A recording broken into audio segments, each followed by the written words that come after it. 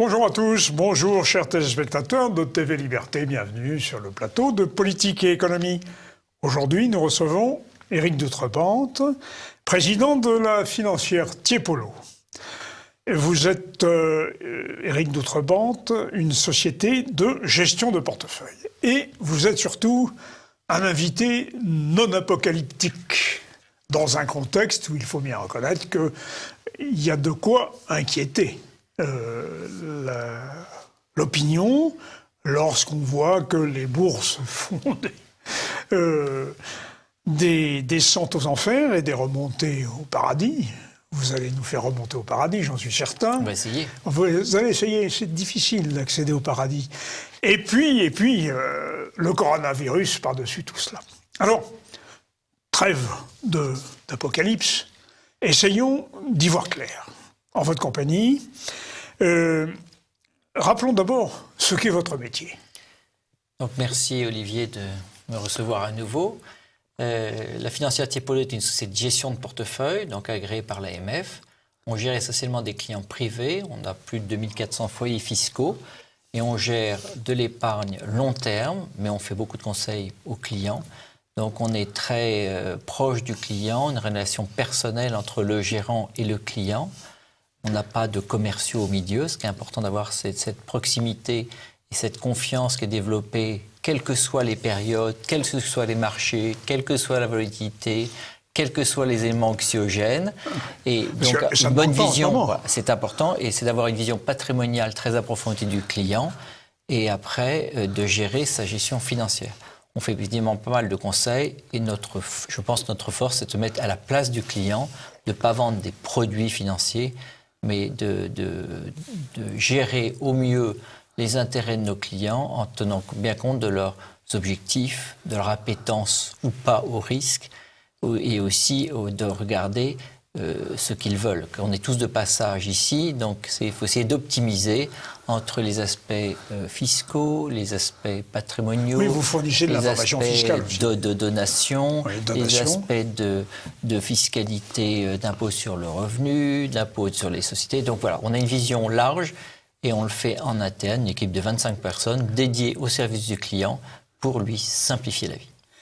Alors, en ce moment, j'imagine quand même qu'il vous appelle pour savoir ce qu'il en est de la conjoncture, des impacts... Non, c'est très, c'est très calme, c'est très calme. C'est une chose extraordinaire quand même. Nous avons eu l'attaque au mois de septembre, l'attaque de pétroliers saoudiens dans le Golfe Persique. Puis nous avons eu les tensions avec l'Iran, l'assassinat du général Soleimani. Nous avons maintenant le coronavirus et peut-être un ralentissement de l'économie mondiale. Et les bourses, au moins jusqu'à il y a une semaine, semblaient ignorer ces événements. Alors ce qu'il faut voir, c'est que les marchés financiers, c'est une chose. Après, il y a des aspects géopolitiques qui sont omniprésents. Donc oui. Aujourd'hui, quand on me dit que la situation géopolitique est plus grave qu'avant, les gens ont la mémoire courte, et que ça soit au moment de la guerre du Liban, il y a plein d'éléments, au moment de la guerre du Koweït en 90, quand les marchés avaient baissé de 25% en 6 mois. Donc on vit dans un monde et il y a des différents événements. Donc la géopolitique peut avoir une influence sur les marchés à un moment donné, mais ce qui est important et qui fait la performance financière de nos actifs, ce sont les choix d'investissement sur les sociétés. Alors, il y a des éléments exogènes, donc on voit très bien que ça peut, anxiogène, pardon, qui peut un peu pénaliser les marchés à un moment donné. Il peut y avoir une tension sur, que ce soit la Turquie, le Liban, il y a plein d'éléments. Mais le plus important, c'est de regarder l'économie. Par contre, là, on a un élément un petit peu atypique, mais qu'on a déjà connu. Oui, il y a eu le SRAS, il y a eu le NHA. Voilà, donc il y a déjà eu ce genre d'événements. C'est le problème qu'il y a. On est dans un monde qui est surdésinformé ou surinformé. Ça dépend dans quel sens vous voulez le dire. Et donc, le coronavirus, donc là, regardez ce graphe. On voit, donc c'est la date du 3 mars. Eh bien, vous avez le total des cas confirmés en Chine, et donc sur une période de jours à peu près plus de 50 jours. On atteint, donc au 3 mars, grosso modo 90 000 personnes. Il y a 3 000 morts. À peu près, oui. Bon, Donc ça permet de voir un petit peu l'évolution. Là, on voit les nouveaux cas quotidiens. Et là, ce qui est nouveau, c'est sur les aspects en dehors de Chine, ça augmente, alors qu'en Chine, ça baisse.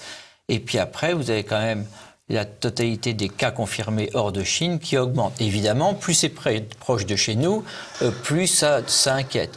Donc, comme par hasard, on parlait que de la Chine, puis après on a mis l'accent sur l'Italie, et puis là, comme d'habitude, eh bien, les Gaulois en prennent un petit peu, puisqu'on est quand même un pays où le tourisme est très présent, et aussi on a des contacts avec la Chine. Je crois qu'il faut être très très prudent.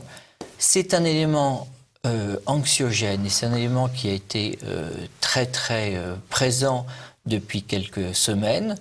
Il y a d'autres événements, d'autres maladies, d'autres épidémies. Par exemple, le retour de la gale dans certains endroits en France, on ne vous en parle pas. Alors, je ne sais pas combien il y a de cas. Donc, on peut toujours trouver des éléments négatifs pour dire que c'est la fin des temps. Mais ce qui est important, c'est que là, il y a eu le coronavirus qui a été un déclencheur pour que les marchés baissent. Oui. Est-ce que ce n'est pas une correction attendue, malgré tout ? Oui, mais on dit toujours qu'il y a des corrections attendues. Donc, ceux qui ne sont pas investis disent les marchés sont trop chers et j'investirai quand ça baisse. Et puis, quand ça baisse, ils disent ça va encore baisser en plus. Donc, j'attends. Ce qui est important, c'est de se dire est-ce que j'ai de l'argent pour 3 ans, 5 ans, 10 ans ? Dans ces cas-là, quand vous achetez pour 10 ans, que vous achetiez un titre, je prends l'exemple de LVMH, qui était valorisé grosso modo 15% plus cher aujourd'hui, du moins il y a quelques semaines qu'aujourd'hui. 15% sur 10 ans, ça se rattrape. Ce qui est important, c'est la qualité des sociétés. Oui, enfin, donc, il y a quand même une grande volatilité des titres. Alors, la volatilité a toujours existé, sauf que la volatilité était très faible. Oui. Mais avant de parler de la volatilité, il y a des secteurs qui ont été pénalisés par rapport à ce virus. Et donc, les secteurs qui ont été pénalisés, évidemment, et donc on le voit sur le graphe, vous avez tout ce qui est lié au pétrole, parce que le pétrole a beaucoup baissé. Il y a aussi le secteur automobile qui continue de baisser, sachant qu'il a commencé à baisser en juillet 2018, quand la Chine a commencé à montrer quelques soucis de consommation. Renault, 24 quand même. Oui, mais après, ce qu'il faut regarder, c'est les performances sur longue période. Et puis, donc, tout ne part pas, mais il y a quand même, dans ces périodes de stress, il y a évidemment beaucoup de valeurs qui baissent sur des grandes valeurs et des valeurs moyennes. Alors, la volatilité, évidemment, là, on a encore un pic de volatilité. Oui, considérable. On le voit sur ce graphe. Oui. Et donc, sur ce graphe, on voit très bien la volatilité. Alors, reprenons, par exemple, la ligne la flèche la plus importante, c'est en 2008.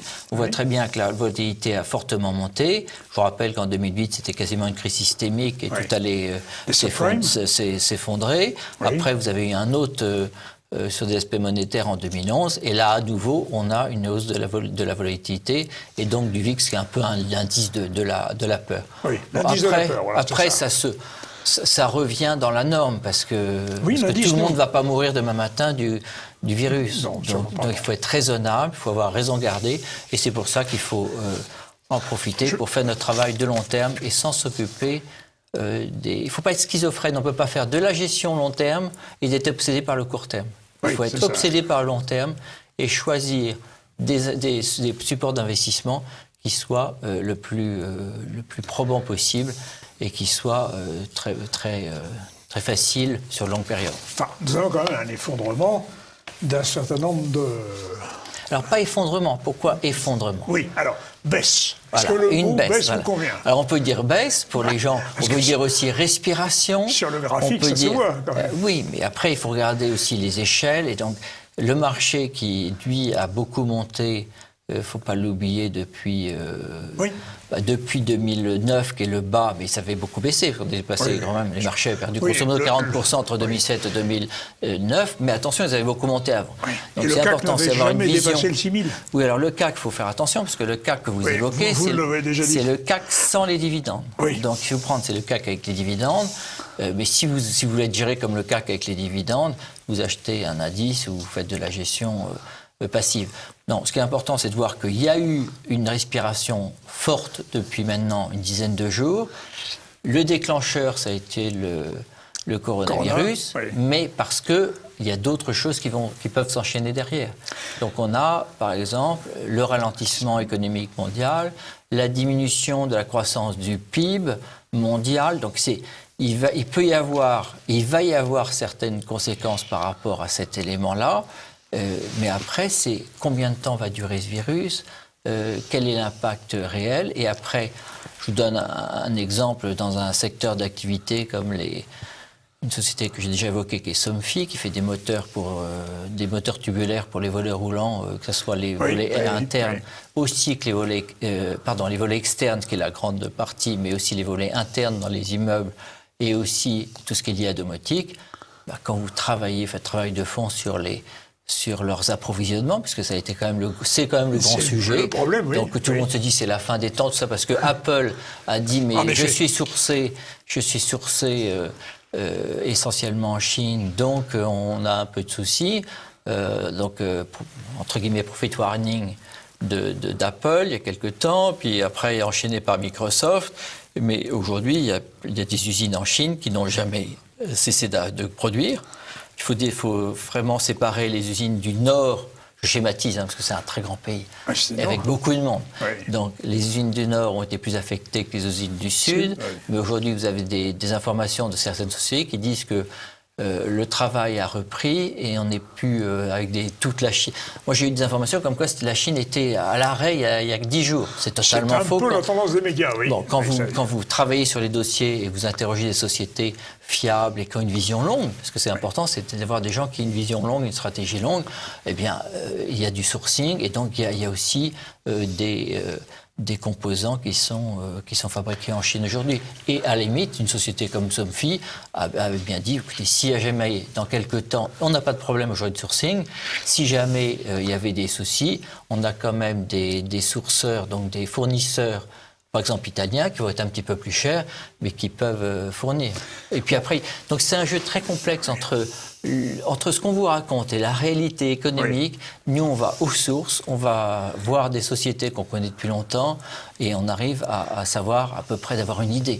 Alors, je vous parle de Somfy, mais quand vous regardez sur d'autres secteurs comme toutes les sociétés liées, par exemple, au parfum, ou marketing du parfum, c'est vrai qu'il va y avoir un impact immédiat, mais après, il faut le quantifier. Combien de temps ça dure? Ah oui, puis alors, on nous a dit des choses dans le style la molécule qui sert au paracétamol est fabriquée en Chine, oui, donc nous n'allons plus pouvoir soigner nos maux de tête. Il y a quelque chose là de, me semble-t-il, un peu facile, en effet. Et puis c'est anxiogène, et en plus, comme on sait que les Français sont assez consommateurs de différents calmants et compagnie. Donc, oui. Vous savez très bien que... Donc voilà, la corrélation se fait parfaitement. Donc on est à nouveau dans une crise, oui, on peut dire une crise boursière. Ça va très vite, mais quand vous avez des marchés qui baissent aussi rapidement... Alors ça fait très longtemps que les marchés n'ont pas baissé aussi violemment en ligne droite. C'est vrai. Donc ça, c'est vraiment un événement qu'il faut l'observer. Je pense que c'est amplifié par toute la gestion passive, donc c'est de la gestion liée aux indices, aux trackers. Et donc ça va très vite, sauf que le 2 mars, il y a eu un rebond de 5% du marché américain. Un rebond de 5%, c'est quelque chose d'assez exceptionnel. Oui, donc il faut raison garder. Et puis, il y a évidemment quelque chose qui est très important, c'est l'action des banques centrales. Alors justement, alors, et là, c'est un sujet qui est souvent débattu sur ce plateau. Et l'action des banques centrales, c'est les taux d'intérêt, bien entendu. Oui. Et bon, on assiste à un effondrement des taux d'intérêt, qui est une chose plutôt bonne pour ceux qui veulent emprunter. Mais si vous voulez bien, nous allons en parler après la première pause.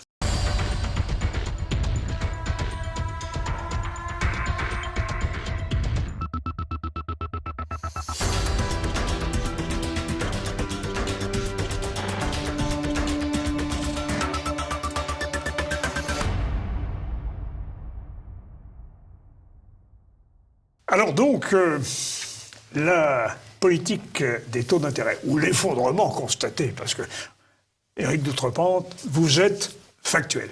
Donc pour vous, ce qui vous intéresse, c'est la baisse des taux d'intérêt. Assez peu, finalement, la cause. Bon, on sait que la cause nous vient de la BCE, qui nous fait des taux d'intérêt nuls ou négatifs. Bon. Le système bancaire souffre quand même de cette affaire. Bon. Mais il est vrai que si on va en bourse, c'est quand même intéressant de pouvoir même emprunter pour acheter des titres. Oui, alors ça se fait qu'en quand même pas pensez-vous? souvent. Non, je crois que c'est important, c'est de regarder, et donc à nouveau, on vous présente le graphe de la variation des taux d'intérêt depuis 1960, puisqu'on a une vision longue. Oui. Mais là, on voit sur l'année 2019 et depuis le début de l'année 2020, vous avez des taux d'intérêt à 10 ans en Allemagne qui sont négatifs d'environ 0,50, donc ça c'est exceptionnel. Sur la France, on est aux environs de 0,25, 0,30, et surtout les taux d'intérêt à 10 ans ont rebaissé de plus de moitié sur le plus haut récent, et on est à 1,30. Donc la politique de taux d'intérêt qui n'est pas que la BCE, je rappelle qu'on est dans un marché mondialisé. Le marché de capitaux est quelque chose de mondialisé, même si certains, ça ne leur fait pas plaisir, mais c'est la réalité. Et donc aujourd'hui, vous avez une action concertée qui se fait entre, évidemment, la Fed, la Banque européenne, mais aussi le Japon, la Chine. Donc c'est une action concertée. Donc sur les taux d'intérêt sont bas parce que, évidemment, la croissance mondiale est moins élevée qu'avant. Après, ce qu'il faut, c'est se dire, est-ce que j'achète des titres très sensibles à une hausse d'intérêt ou pas? Donc là, c'est pour ça que dans les 2 dernières années, on a des variations négligeables sur des secteurs comme les valeurs immobilières ou foncières. Dès qu'on avait un peu une croyance en disant il va se passer une hausse de taux d'intérêt, résultat, il y a des anticipations. On l'a vu en octobre 2018. Donc ça joue sur des secteurs comme l'immobilier, ça joue aussi sur le secteur bancaire. Bon, ce qui est important, c'est de voir qu'aujourd'hui, les banques continuent de prêter, mais toujours avec... tous les dossiers ne sont pas si faciles que ça. Oui. Et puis, ils ont quand même eu tendance à augmenter leur marge, puisque aujourd'hui, prêter à 15 ans à 0,90, ou à 1,10, ou à 1,15, ou à 1,40, quand les taux sont très faibles, puisqu'ils sont négatifs. Oui, ça fait de la marge. Donc ça fait de la marge. Donc voilà, il faut... Après... Vous êtes résolument optimiste. Mais parce que j'ai une vision longue. Parce que si vous occupez du court terme, je ne sais pas quel est mon avenir demain matin. Donc ce qui est important, c'est les taux d'intérêt bas, c'est quelque chose d'assez favorable pour l'instant. Donc profitons-en au lieu de nous angoisser en disant mais si les taux d'intérêt remontent, je pense qu'il ne faut vraiment pas angoisser ce sujet. Les taux d'intérêt, pour l'instant, vont, semble-t-il, rester bas. Voilà un discours qui mérite d'être tenu et qui est respectable en lui-même, qui n'est pas le discours que tiennent tous les invités de ce plateau, mais il fallait qu'il fût tenu. Merci. Alors, on savait que les arbres ne montent pas jusqu'au ciel, on savait qu'il fallait une respiration, dites-vous. Je parle, moi, de correction boursière, mais il y a des titres, malgré tout, qui se portent bien. Hélas, c'est le luxe. Et alors, vous voyez le discours qui va se construire là-dessus. Tout pour les riches. Bon, alors, je crois qu'il faut aussi faire un petit retour en arrière sur 2018 et 2019. L'année 2018 a été on a continué de monter au premier semestre, puis on a fortement baissé à cause des problèmes chinois qui ont été un peu le moteur à partir de juillet 2018. Et là, les valeurs moyennes ont sous-performé. Oui, mais le luxe aussi avait baissé. Oui. Après, sur l'année 2019, on se serait parlé en janvier 2019, et bien là, le marché était vraiment en disant on a baissé et donc ça a continué de baisser. Comme par hasard, tout le monde a été pris à contre-pied et le marché a fortement remonté. Donc les valeurs qui ont beaucoup monté, et l'année 2019, il ne faut pas que vous oubliez, il faut regarder le présent avec cet aspect de correction boursière pour vous faire plaisir. Mais donc, c'est la même chose, correction, respiration, c'est une respiration un peu forte. Mais l'année dernière, en 2019, on a des secteurs, et on le voit sur ce graphe, des secteurs, le CAC 40 a surperformé beaucoup d'indices européens, puisqu'on le voit. Donc c'est moins qu'en Allemagne, mieux que le Stoxx européen que l'IBEX, donc que l'Italie ou que l'Espagne, et on voit très bien que c'est essentiellement lié au secteur du luxe. Donc le secteur du luxe, c'est LVMH, Kering, Hermès, L'Oréal. Oui, enfin, cela étant, on voit aussi Airbus, Schneider Electric, Legrand, alors, il y a aussi le secteur aéronautique. Ça, c'est l'année dernière. Mais il faut voir que là, on est quand même dans une période de correction, et on s'aperçoit que les titres qui avaient... Parce que LVMH a monté de 60% l'année dernière. Oui. Mais il faut pas oublier qu'en 2018, il y avait eu des variations de 20% entre le plus haut et le plus bas. Donc aujourd'hui, LVMH, évidemment, profite de la croissance de l'Asie et de la partie chinoise. Donc il peut y avoir des reports Donc aujourd'hui, c'est vrai que le secteur est un peu mis sous pression, mais il peut y avoir des reports d'achat. Donc tout ne sera pas reporté sur un secteur comme le luxe que vous n'aurez pas dans les hôtels. Par exemple, l'hôtellerie. Moi, j'avais un client qui était à Singapour l'autre jour dans un hôtel. On a fait un petit point pendant 3/4 d'heure. C'était un industriel allemand et qui avait une bonne vision de ce qui se passait par rapport à la production, parce que vous avez compris qu'on allait rechercher les informations auprès des sociétés. Et là, c'est une société non cotée, donc c'est différent, mais c'est important par rapport à notre vision et surtout de savoir ce qui se passe pour ne pas être désinformé. Eh bien, le secteur, par exemple, de l'hôtellerie, le manque à gagner, il est réel et ça ne peut pas se reporter. Vous n'avez pas pris votre chambre d'hôtel. Voilà. Donc c'est important. Il y a certains secteurs qui sont très sensibles, qui vont souffrir, donc qui vont souffrir. Ça va se voir sûrement dans les résultats du premier trimestre. Puis après, ça va se normaliser. Donc il y a toujours dans des marchés, il y a des occasions d'acheter ou de vendre. Après, il y a un problème de gestion de la volatilité et aussi d'anticipation des investisseurs sur des variations futures.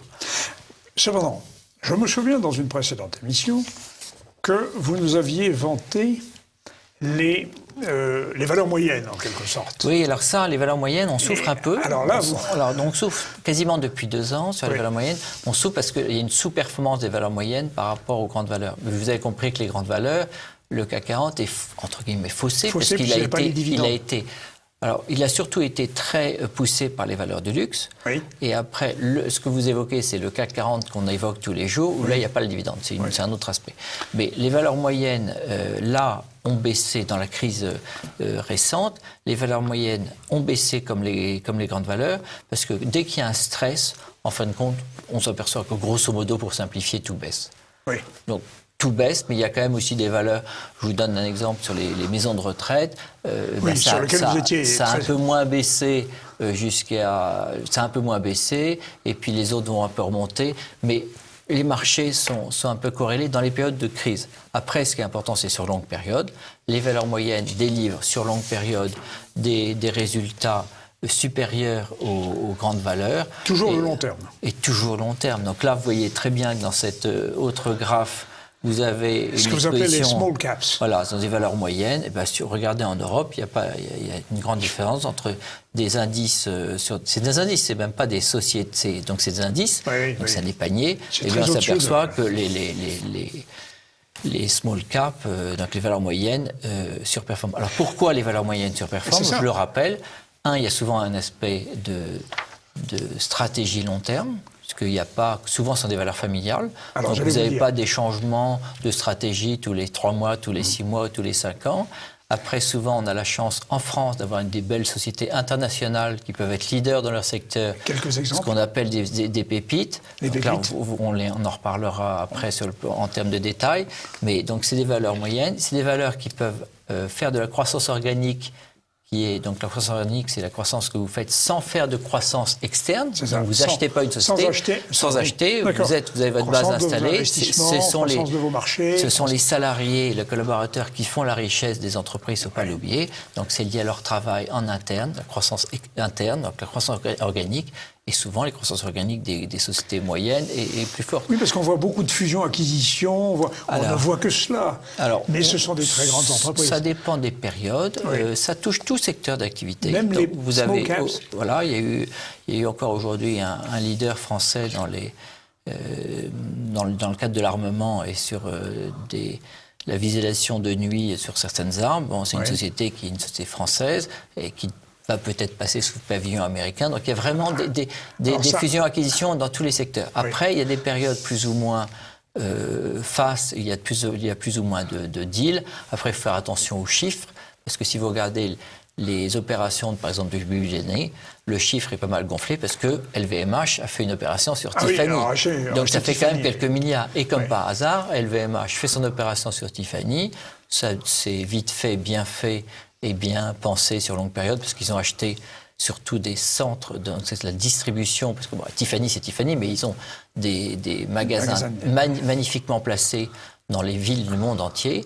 Donc c'est vraiment très intéressant. On vous dit que tout va devenir sur Internet, sauf que Tiffany, les magasins, vous voyez très bien que tout ça, il faut avoir raison garder et pas s'amuser à être binaire ni manichéen. Et évidemment, comme par hasard, Bernard Arnault a tout de suite fait une opération sur le marché obligataire pour emprunter la somme qu'il allait mettre dans Tiffany. Donc, pourquoi? Parce que les taux sont très faibles. Ben voilà. Et évidemment, la croissance de Tiffany, qui va sûrement réveiller, parce que c'est une belle endormie, eh bien, c'est bien d'investir avec des taux faibles et d'en profiter. Donc les fusions-acquisitions, il y en a toujours eu. Il y a quand même des périodes. Donc là, on pense qu'avec la baisse des marchés, on va avoir de nouveau des opérations financières. Grosso modo, nous, on a une valeur par an qui sort en opération financière. Mais comme on choisit une ou deux ou trois valeurs nouvelles par an, parce qu'on bouge très peu, on fait de l'investissement long terme. Vous bougez très peu. C'est intéressant ça. Oui, parce qu'il faut investir. Vous êtes sur le long terme et vous bougez peu. Oui, parce que dès que vous bougez, vous faites des mouvements. Oui. Donc, vous faites un peu du market timing. Vous dites, je vais vendre du LVMH, puis j'y rachèterai avec 25% de baisse. Oui, puis, comme par hasard, ça baisse que de 21%. Vous rachetez pas les titres. Alors, il faut changer de titre. Donc, vous justifiez le fait d'avoir vendu du LVMH pour acheter du Hermès. Et puis après, vous revendez du Hermès pour acheter du Tiffany. Il va peut-être y avoir une OPA, ça je parle d'il y a un an, ou du Ferragamo. Donc, il faut surtout faire un gros travail en équipe, parce que j'assiste, et j'ai déjà dit, mais un homme seul est un homme mort. Travail d'équipe pour bien sélectionner les valeurs sur longue période, et puis et surtout ne pas tourner, parce qu'à chaque fois, vous avez quand même des frais. Bien sûr, donc les frais, vous engraissez l'intermédiaire, votre dépositaire, votre teneur de compte et la structure de gestion, alors que c'est de la mauvaise commission. Nous, il faudrait vraiment avoir une vision longue et on tourne très rester peu. sur des valeurs. Alors, question, justement, comment est-ce que vous allez chercher des valeurs? Uniquement par l'information Écoutez, moi j'ai lu il y a 15 ans ou 20 ans un livre que je conseille à tous les épargnants. À tous les épargnants qui nous écoutent. Lisez le livre de Peter Lynch, Gagner en bourse, qui est en français et qui est en anglais. Et quand j'ai eu ça, je me dis, c'est un peu ce que faisait mon cher père quand il gérait, et ce que je fais. Il suffit d'avoir du bon sens, d'être curieux d'esprit. Donc la curiosité est importante. Quand vous êtes sur une autoroute et que vous regardez un camion, tiens, je ne connais pas cette société-là, Caline, Idée Logistique. Donc il faut être curieux. Même quand je suis allé en Chine, à un moment donné, j'ai regardé, c'est incroyable, en Chine, vous avez des autoroutes très larges, et puis vous avez des fabriques de sociétés, puis je regardais des noms, évidemment, c'est du chinois, mais je me dis, c'est incroyable, il y a une richesse. Ce qu'il faut, c'est regarder, être curieux, et après, évidemment, on fait du screening quantitatif, parce qu'aujourd'hui, on a quand même beaucoup de bases de données, mais après, on se concentre. Je vais vous donner un exemple récent. On s'intéresse à nouveau sur SEB. SEB est un... Qui est en Chine. Et voilà, qui est en Chine. Oui, mais est-ce que parce qu'il y a un problème en Chine, est-ce que les casseroles, les poêles, les différents... Les cocottes minutes, les robots domestiques. Oui, puis est-ce que tout va disparaître parce qu'il y a un virus, c'est un peu ridicule. Donc ce qu'il faut, c'est regarder les valorisations. Et il faut aussi se dire, il ne faut pas voir ça à 3 mois ni à 15 jours. Il faut voir ça à 3-5 ans. Donc c'est peut-être une valeur qu'on va rentrer... Je comprends maintenant, au fond, pourquoi les politiques nous parlent tellement du coronavirus. Parce que la vie politique, c'est que du court terme. La prochaine échéance, c'est l'élection. N'est-ce pas? Oui, mais c'est sûr qu'on n'est pas sur la même stratégie. Nous, on a une vision longue pour s'occuper du client privé, pour essayer de l'enrichir sur longue période. Je vous donne sur le court terme, on regarde quand même un peu le court terme. Par exemple, sur ce graphe des estimations de bénéfices des sociétés, le marché en DBN est toujours très optimiste. Oui. Donc, on s'aperçoit qu'il n'y a que, vous voyez sur la ligne du haut, il n'y a qu'en 2017 où la croissance était élevée et donc des bénéfices, et elle est restée comme ça toute l'année, ce qui a expliqué la forte hausse en 2017. Alors que là, en début d'année, on avait encore des taux de croissance, je schématise, autour de 7% et 8%, et au fur et à mesure des événements, on va avoir une baisse de la hausse de croissance des bénéfices des entreprises. Bon, c'est un élément court terme, ça joue quand même sur les valorisations, donc il faut bien regarder ça.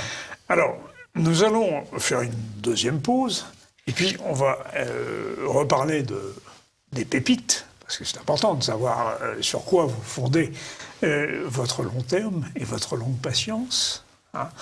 Mais globalement, il faut quand même reconnaître que le début d'année est difficile. Ah oui, puis il y a beaucoup de volatilité. Nous allons en reparler.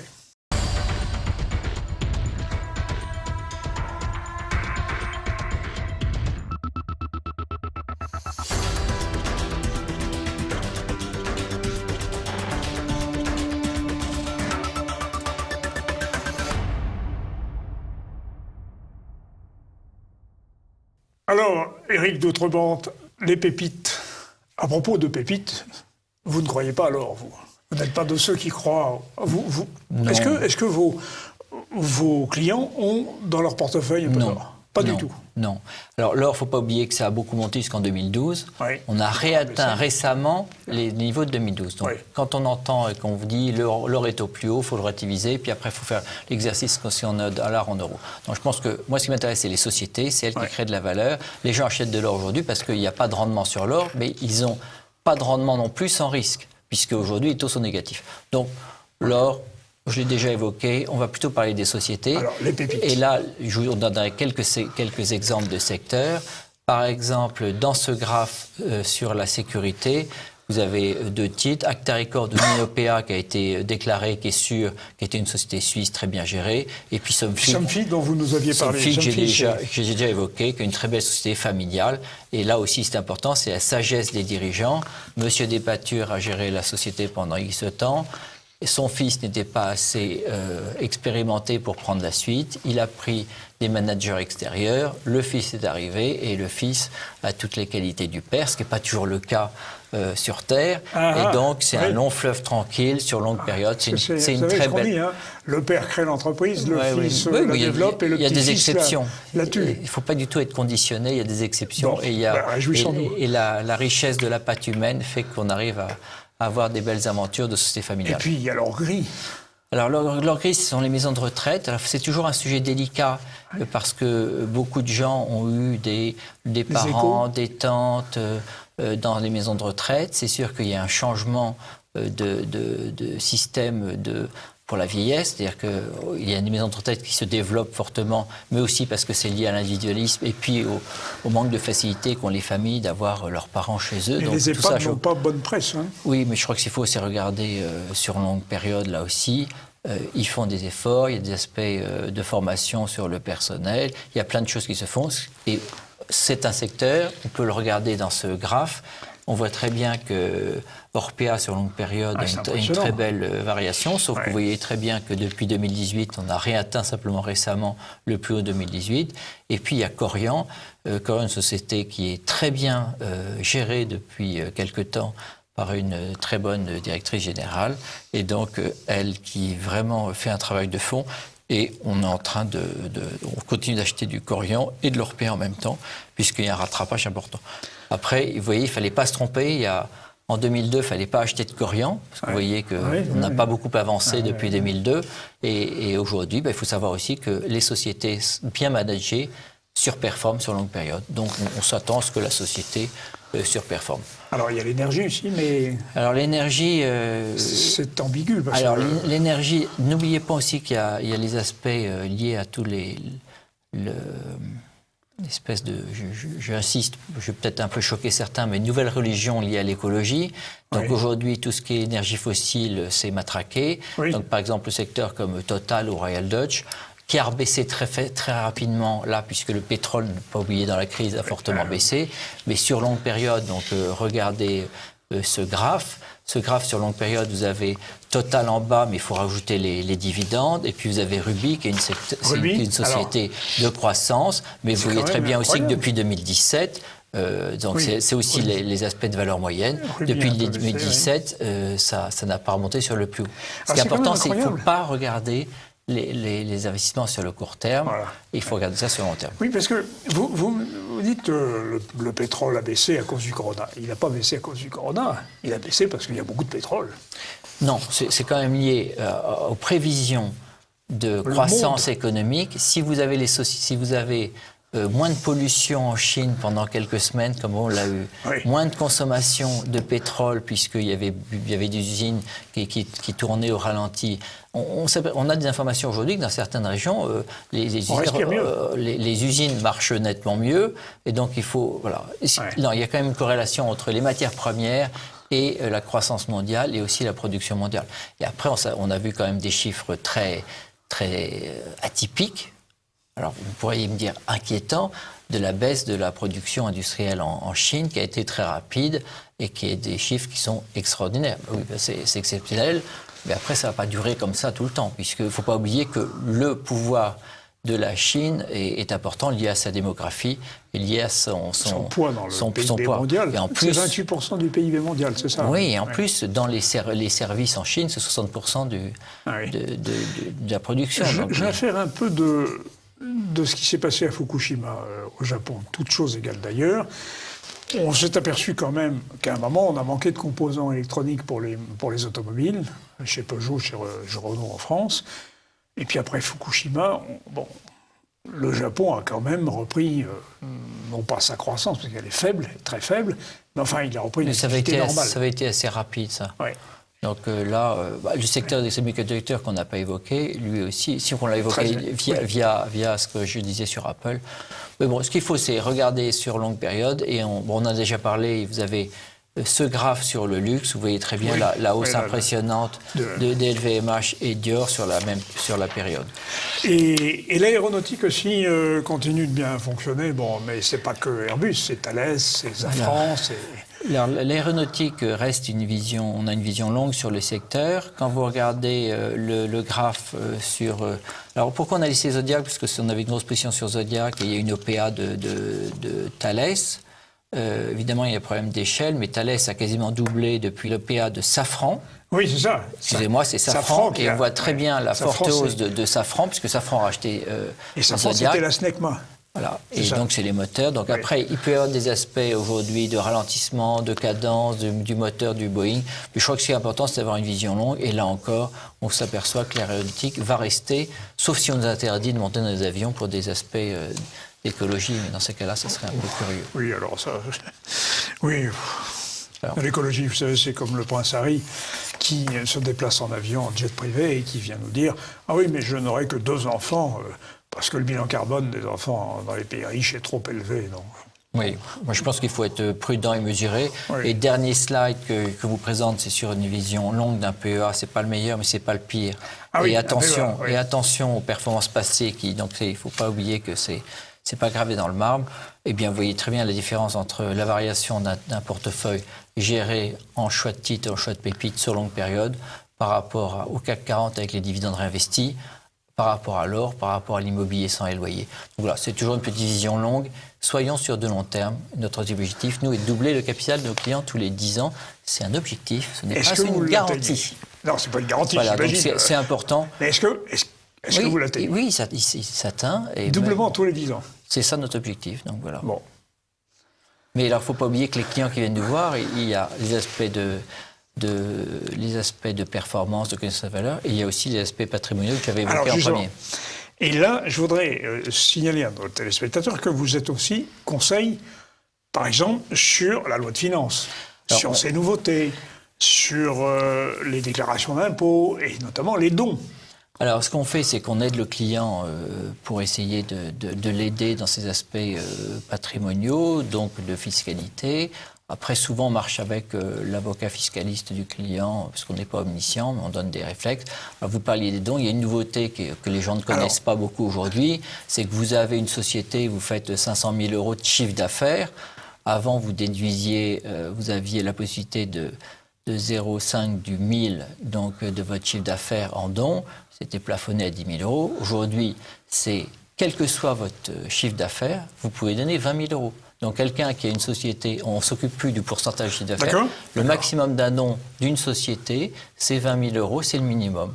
Donc c'est nettement mieux qu'avant, puisque les petites sociétés florissantes vont pouvoir donner plus. Donc, chers téléspectateurs, alors si vraiment vous avez une entreprise, n'hésitez pas surtout à donner 20 000 euros. Oui, puis si votre exercice fiscal va se terminer au 31 mars, eh bien vous pouvez donner 20 000 euros, puisque c'est à partir de l'exercice fiscal. Donc ce n'était pas l'année dernière, ça commence maintenant. Et le donner à TV Liberté, bien entendu. Il faut en profiter. C'est ce que vous vouliez dire, voilà, n'est-ce pas ? Tout à fait. Bon, alors il nous reste à peu près 3 minutes et demie. C'est plus qu'il n'en faut, parce que sur ce même plateau, d'aucuns ont décrit une nouvelle apocalypse pour l'assurance vie. Décidément, on n'en sort pas. Hein, mais vous savez que l'apocalypse n'est pas une catastrophe brutale, c'est un dévoilement progressif. Bref, ne jouons pas sur les mots. Alors, l'assurance vie, ça vaut la peine ou ça ne vaut pas la peine? D'abord, l'assurance vie, d'abord, c'est une particularité française. Donc, oui, en effet, très développée en France. Il faut, quand on parle d'assurance vie, l'essentiel des gens pensent que c'est obligatoirement des contrats en euros. Donc, c'est le chèque en blanc que vous avez fait à la compagnie d'assurance. Vous lui avez demandé de ne pas prendre de risque. Vous avez demandé à la compagnie d'assurance de garantir votre capital. Oui. Et aujourd'hui, en 2019, les rentabilités qui ont été annoncées, c'est plutôt entre 1 et 1,5, voire 1,2. Ça, c'est vraiment la rémunération d'un contrat en euros d'une assurance vie. Mais les gens oublient que dans l'assurance vie, il y a aussi les unités de compte. Alors, une unité de compte, c'est une action d'entreprise. C'est pas obligatoirement une action d'entreprise. C'est pas le chèque en blanc que vous avez fait à la compagnie d'assurance pour acheter l'actif général de la compagnie. Vous avez sélectionné une unité de compte, c'est-à-dire un support d'investissement. Vous avez pu sélectionner un support d'investissement, par exemple, d'obligations internationales gérées par tel organisme ou tel ou telle compagnie d'assurance. Vous avez pu sélectionner un fonds ou des fonds en actions internationaux. Et vous avez pu aussi sélectionner une structure de gestion comme Tiepolo, cette gestion de portefeuille, pour gérer votre contrat d'assurance vie. Donc vous allez avoir un portefeuille dans un contrat d'assurance vie qui est géré suivant les règles de l'assurance vie, puisque évidemment on a une vision très longue, donc on est totalement en phase avec la gestion longue, on tourne très peu, on fait de la gestion, je dirais, vraiment liée à la réalité économique, on essaie de participer à la croissance des sociétés, et donc vous avez un contrat d'assurance vie en unité de compte. Donc là, unité de compte, vous pouvez avoir des titres, vous pouvez avoir des obligations, vous pouvez avoir des obligations convertibles, vous pouvez avoir plein de choses. Donc, et en plus, ce qui est important, c'est d'investir dans une compagnie d'assurance, du moins de faire confiance à une compagnie d'assurance ou à un gérant qui permet, par exemple, de changer de gérant. Si vous n'êtes pas content de Tiepolo, vous pouvez demander à la compagnie d'assurance avec qui on travaille je ne veux plus être géré par Tiepolo et donc donnez-moi les 25 ou 50 structures de gestion qui peuvent me gérer. Alors, moi, j'aime bien la liberté et j'aime bien aussi pouvoir contrôler les actifs dans lesquels on a investi. Donc c'est vraiment important.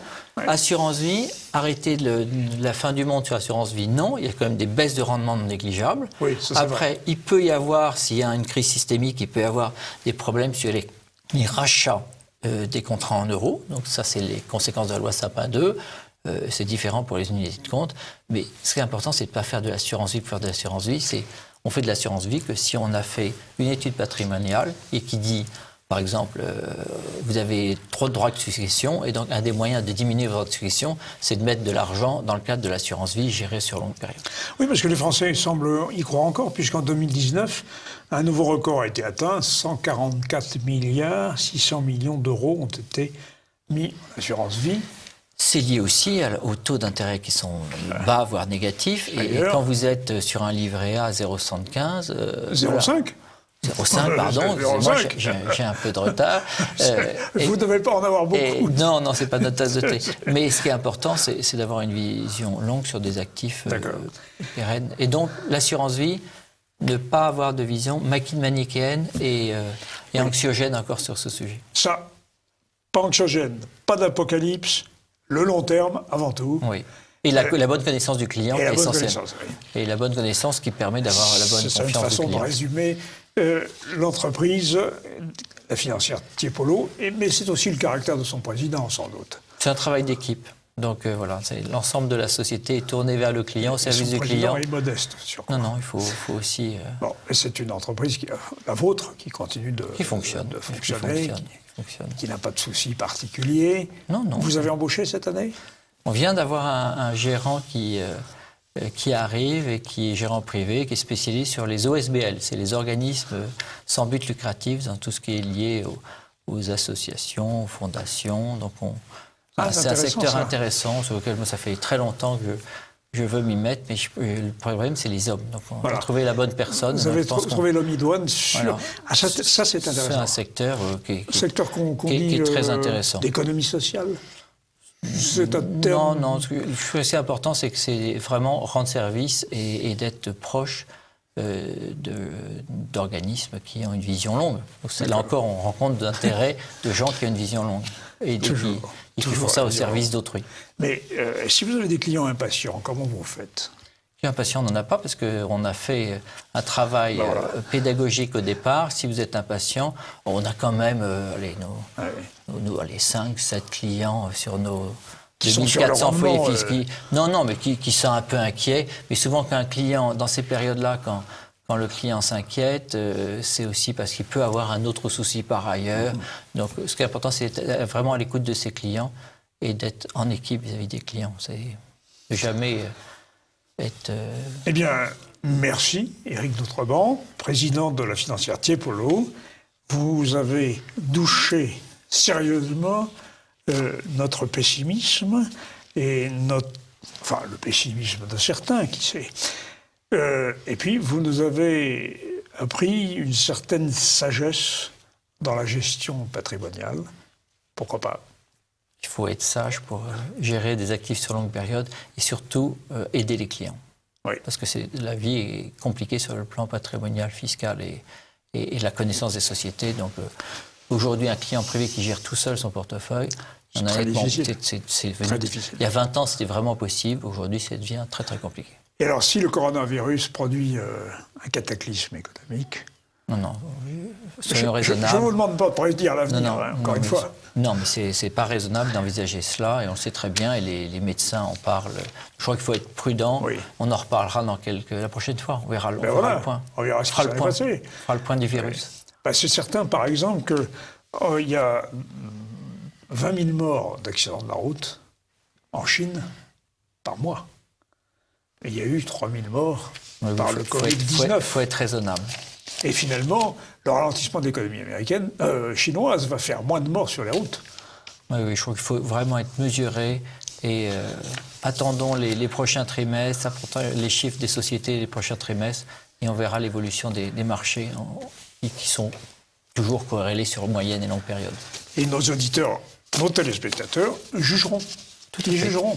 Je leur laisse toute l'attitude en faisant venir des hommes et des femmes d'opinions différentes. Très important. C'est très important. Et on continue. Merci.